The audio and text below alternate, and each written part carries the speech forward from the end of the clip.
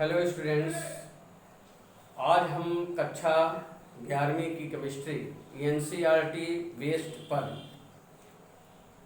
शुरुआत करेंगे। NCERT books में यदि हम देखें तो कक्षा 11वीं की केमिस्ट्री का पहला अध्याय है some basic concepts of chemistry, अर्थात रसायन के कुछ मूल अवधारणाएं। रसायन, इसके पहले आप लोग 9वीं 10वीं में विज्ञान पढ़े हैं, उसमें भी रसायन के कुछ भाग थे, चैप्टर थे उसमें, लेकिन विज्ञान के रूप में हम पढ़ते हैं। विज्ञान की परिभाषा आपको पता है कि किसी भी विषय के क्रमबद्ध, सुव्यवस्थित एवं उसके सिद्धांत जो प्रायोगिक रूप से सत्यापित होते हैं उनका अध्ययन किया जाता है, विज्ञान कहलाती है। विज्ञान का कार्यक्षेत्र बहुत बड़ा है, व्यापक है। इस कारण से विज्ञान को कई वर्गों में विभाजित किया गया है। उसी शाखाओं में से एक शाखा है रसायन विज्ञान। रसायन विज्ञान को लेकर बच्चों में ये अवधारणा रहती है कि बहुत कठिन है, लेकिन ऐसा नहीं है। रसायन विज्ञान को यदि आप अच्छी तरह से समझें और समझ करके उसका अध्ययन करें तो बहुत ही इंटरेस्टेड सब्जेक्ट है, बहुत ही रुचिकर सब्जेक्ट है। और जब आप इसको समझकर पढ़ेंगे तो ये आपको बहुत ही सरल विषय लगेगा। तो हम शुरू करते हैं रसायन विज्ञान। रसायन विज्ञान, सबसे पहले हम उसकी परिभाषा देखते हैं कि रसायन विज्ञान है क्या। रसायन विज्ञान के अंतर्गत हम अध्ययन क्या करते हैं। तो रसायन विज्ञान के अंतर्गत हमें द्रव्य अर्थात पदार्थ के विषय में संपूर्ण जानकारी का अध्ययन किया जाता है, अर्थात पदार्थ के विषय में ही अध्ययन करते हैं। आपको पता है कि पूरा ब्रह्मांड द्रव्य और ऊर्जा से ही मिलकर बना हुआ है। संसार की ऐसी कोई भी वस्तु नहीं है जो पदार्थ से न बनी हो, और इस पदार्थ का अध्ययन ही हम रसायन विज्ञान के अंतर्गत करते हैं। इसलिए रसायन विज्ञान बहुत ही महत्वपूर्ण विषय है। चलिए देखिए, डिफिनीशन देखते हैं। रसायन विज्ञान विज्ञान की वह शाखा जिसके अंतर्गत द्रव्य की संरचना, संगठन, गुणधर्म तथा उसके सूक्ष्म कणों जैसे अणुओं, परमाणुओं के गुणधर्म तथा ऊर्जा द्वारा होने वाले प्रभावों का अध्ययन किया जाता है, रसायन विज्ञान कहलाती है। अर्थात रसायन विज्ञान की वह शाखा है जिसके अंतर्गत हम द्रव्य, उसकी संरचना, संगठन, उसके गुणधर्म और उनके अणुओं, परमाणुओं के गुणधर्म और ऊर्जा द्वारा उसमें पड़ने वाले प्रभावों का अध्ययन किया जाता है। तो ये है परिभाषा। परिभाषा आप लोग पढ़ते समय नोट और पेन, नोटबुक और पेन जरूर रखें और उसमें एक लिखते जाएं, जिससे आपको पढ़ने में आसानी होगी। अब देखते हैं रसायन विज्ञान का महत्व। आखिर रसायन विज्ञान का महत्व कितना है। तो देखिए, रसायन विज्ञान के महत्व को समझने के लिए यदि हम समझें अपने दैनिक जीवन में, तो हमारे दैनिक जीवन में ही ऐसा कोई भी क्षेत्र नहीं है जिसमें रसायन विज्ञान शामिल न हो। तो रसायन विज्ञान का महत्व,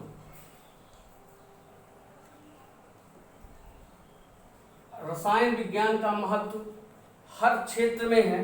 कुछ प्रमुख क्षेत्रों को देखते हैं और हम आपको एक्सप्लेन करते जाते हैं। उसको आप एनसीईआरटी बुक से देख भी सकते हैं। एनसीईआरटी बुक का से ही आपको पढ़ना है। और साथ में ये विषय आपको नीट हो गया, आईआईटी हो गया, JEE हो गया, मतलब हर कंपटीशन में रसायन शास्त्र के प्रश्न आते हैं और बहुत ही महत्वपूर्ण होते हैं। देखिए, इसमें यदि मान लीजिए हम पहला क्षेत्र ले लें, चिकित्सा का क्षेत्र।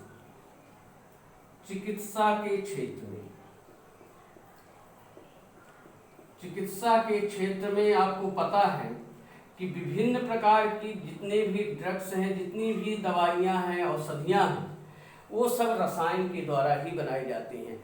चाहे वो ज्वरनाशक हो, चाहे वो दर्दनाशक हो, चाहे एंटीबायोटिक हो, चाहे एंटीबॉडीज हो, या जीवाणुनाशक, कीटाणुनाशक, जितनी भी ये दवाइयाँ होती हैं वो सभी किसके द्वारा बनाई जाती हैं? रसायन विज्ञान के अंतर्गत बनाई जाती है। मतलब चिकित्सा के क्षेत्र में विभिन्न प्रकार की औषधियों का निर्माण, चाहे वो पौधों से हो, वो रसायन विज्ञान के द्वारा ही किया जाता है। तो पहला चिकित्सा के क्षेत्र में, इसको आप व्यापक विस्तार रूप से आप लिख सकते हैं कि विभिन्न प्रकार की दवाइयों का प्रयोग रसायन विज्ञान के द्वारा ही किया जाता है।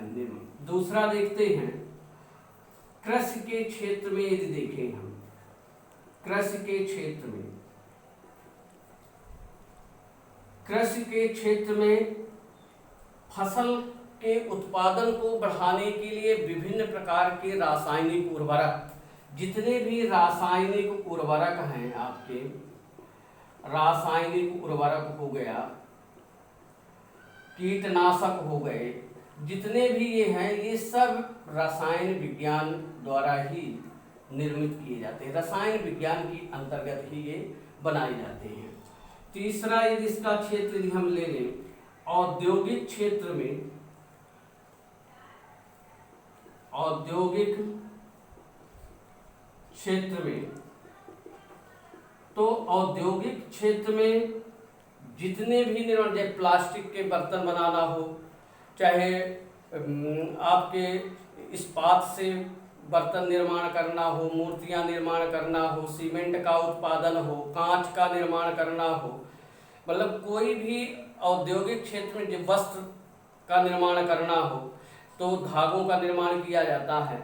ये सभी जितने भी हैं वो रसायन के द्वारा ही बनाए जाते हैं। अर्थात औद्योगिक क्षेत्र में भी रसायन एक महत्वपूर्ण भूमिका निभाती है। इसी तरह यदि आप देखेंगे वस्त्र उद्योग है, वस्त्र उद्योग में अपन देखेंगे, इसी तरह धातु एवं मिश्र धातु जितनी भी हैं, धातु व मिश्र धातु का उपयोग विभिन्न प्रकार की वस्तुओं को बनाने में प्रयोग की जाती हैं, तो ये सब रसायन विज्ञान के अंतर्गत ही किया जाता है। ईंधन के क्षेत्र में हो जाए, ईंधन के क्षेत्र में यदि हम ले लें, ईंधन है, ईंधन के क्षेत्र में जैसे एलपीजी हो गया, घरेलू उपयोग में गैस का उपयोग एलपीजी हो गया, सीएनजी हो गया, सीएनजी गैस हो गई, वाहनों में प्रयोग की जाती है। इस तरह से ईंधन के रूप में वाहनों में प्रयोग होने वाली जितनी भी गैसें हैं वो सब रसायन विज्ञान के द्वारा ही निर्मित की जाती हैं। इसी तरह आप देख सकते हैं रंग हो गया, रंग, वार्निश,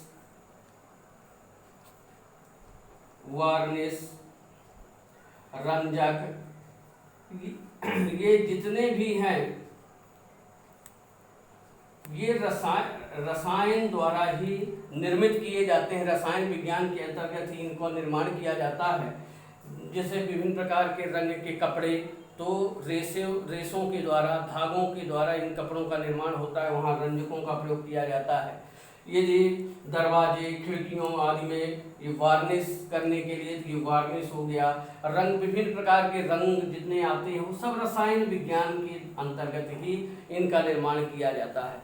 इस तरह से प्लास्टिक उद्योग हो जाएगा, वस्त्र उद्योग हो जाएगा, मतलब जितने भी हैं, अंतरिक्ष ऊर्जा है, जितने भी है, नाभिकीय रसायन है, मतलब रसायन विज्ञान का महत्व इतना हमारे दैनिक जीवन में हर क्षेत्र में इसका व्यापक महत्व है।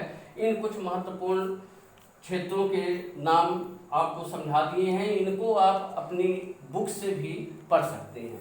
अगला देखते हैं हम, रसायन विज्ञान का जब इतना महत्व हर क्षेत्र में हो गया तो रसायन विज्ञान का वर्गीकरण कर दिया गया।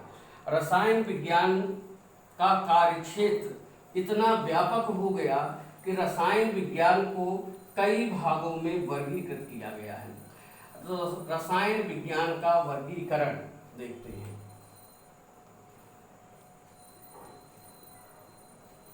वर्गीकरण, रसायन विज्ञान को वर्गीकृत किया गया तो पहला लिया गया कार्बनिक रसायन। कार्बनिक रसायन, ऑर्गेनिक केमिस्ट्री।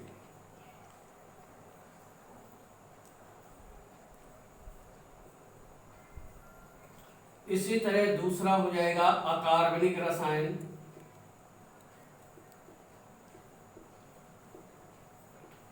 अकार्बनिक रसायन इन ऑर्गेनिक केमिस्ट्री।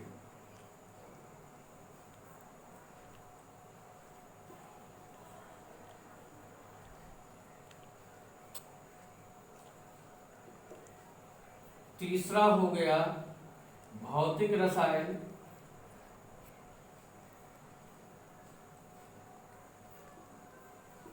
भौतिक रसायन फिजिकल केमिस्ट्री।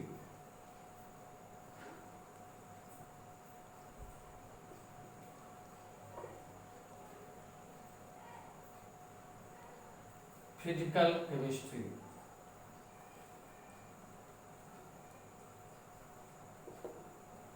इसी तरह मुख्य रूप से पहले प्रारंभ में 3 ही वर्गों में इनको विभाजित किया गया था। चौथा इसका वर्गीकरण किया गया जैव रसायन,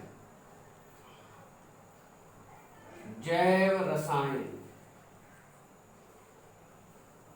बायोकेमिस्ट्री, या जीव रसायन भी इसको कह दिया जाता है, बायोकेमिस्ट्री।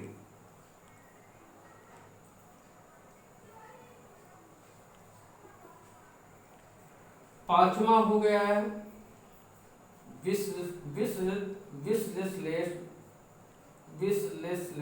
विश्लेषणात्मक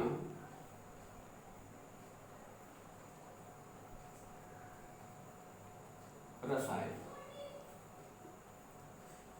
एनालिटिकल केमिस्ट्री।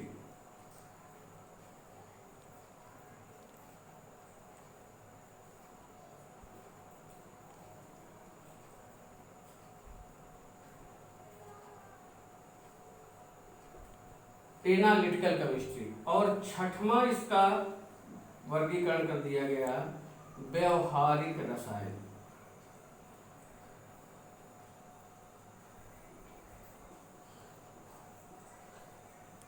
इसको बोलते हैं अप्लाइड केमिस्ट्री।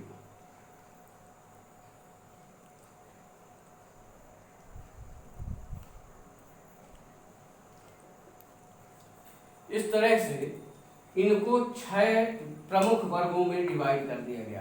मुख्य रूप से हम देखते हैं पहला कार्बनिक रसायन, जो हम पढ़ेंगे अभी रसायन, उनमें मुख्य 3 ही चैप्टर रहेंगे, कार्बनिक, अकार्बनिक और भौतिक रसायन, फिजिकल केमिस्ट्री। इसमें देखते हैं कार्बनिक रसायन क्या है। कार्बनिक का मतलब कार्बन, कार्बन की यौगिक, कंपाउंड ऑफ कार्बन, कार्बन की यौगिक प्रमुख रूप से हाइड्रोजन और कार्बन से बने हुए यौगिक हाइड्रोकार्बन कहलाते हैं।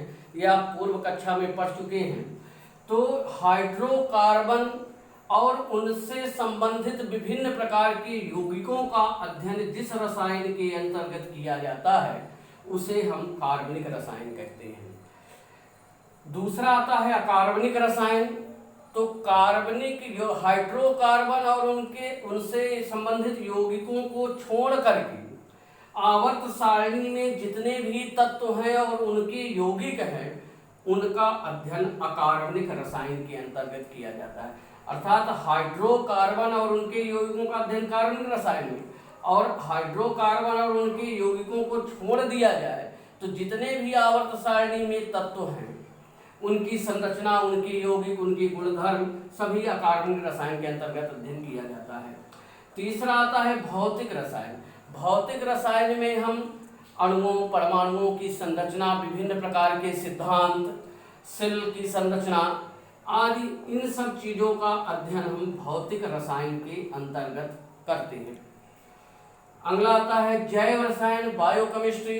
इसमें जितने भी जीवों से संबंधित रसायन होते हैं, प्रोटीन है, वसा है, विटामिन्स है, इन सभी की का अध्ययन जैव रसायन के अंतर्गत, विभिन्न प्रकार के रोग हैं तो ये सब इनका अध्ययन जैव रसायन के अंतर्गत किया जाता है। विश्लेषणात्मक रसायन, इसमें किसी भी रासायनिक यौगिक का मापन मात्रात्मक रूप से, गुणात्मक रूप से, इनमें विभिन्न प्रकार के जो सवाल आ जाते हैं, ये विश्लेषणात्मक रसायन के अंतर्गत अर्थात एनालिटिकल केमिस्ट्री के अंतर्गत इनका अध्ययन किया जाता है। छठवां था व्यवहारिक रसायन। व्यवहारिक रसायन में विभिन्न शाखाएं हो जाती हैं। जैसे नाभिकीय ऊर्जा के बारे में अध्ययन करेंगे तो नाभिकीय रसायन आ जाएगी। यदि कृषि के क्षेत्र के विषय में अध्ययन करेंगे, कीटनाशकों का और उर्वरकों का अध्ययन करेंगे तो कृषि रसायन आ जाएगी, औषधि रसायन आ जाएगी, मतलब जो अलग अलग क्षेत्रों के अंतरिक्ष रसायन आ जाएगी।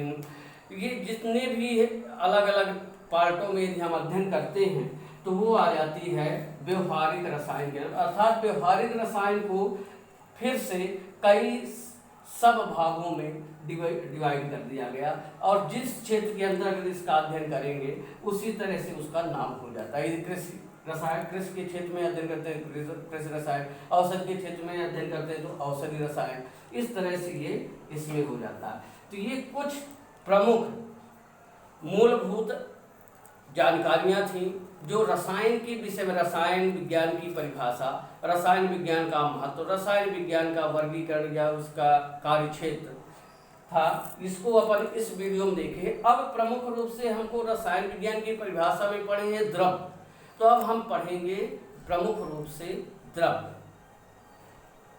तो द्रव को देखते हैं। द्रव, अब हम द्रव्य के विषय में अगले वीडियो में अध्ययन करेंगे। इतना आप इसको पढ़ लीजिएगा और चैनल को सब्सक्राइब और शेयर करें जिससे आगे आपको वीडियो प्राप्त होते हैं।